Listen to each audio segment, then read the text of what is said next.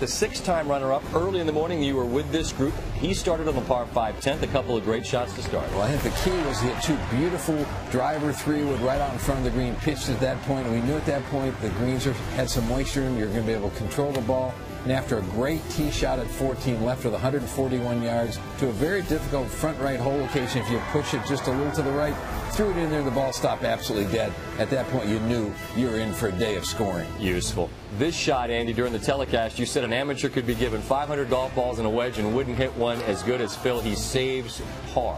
Just an unbelievable shot up over a mound that was about 8 feet high, but the key was off of almost a bare spot. He was able to spin it off of that.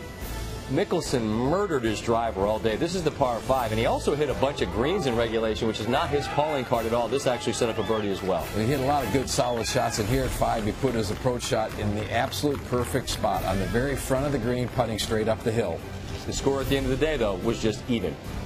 I had a chance to get 3, 4, 500 today. Had I made some makeable opportunities, but I didn't throw anything away on some of the short ones. But right now, it's my driving, and that drive. I didn't miss a fairway with the driver. That's a big thing for me. It's an unusual thing for me, but the driver feels really good, and I think that's the club that is going to really help me play well this week. And the one club that that's hurting me is the putter. So I've got to get that turned around in the next couple of days. We knew early that it was a different golf course. Brant Snedeker had this putt on 9 to shoot 30. He missed it. His round fell apart, but to his credit, he fought back and actually finished under par 69. That's the same score Jordan Spieth finished in. The runner-up at the Masters, just 20 years old. What do you like most about his game? He showed us some amazing touch and grit in the middle of his round where he hit the ball poorly and got it up and in literally every hole to save par. Rory McIlroy didn't have his best. He ended up 1 over. Here's a good shot on 9, the par 3.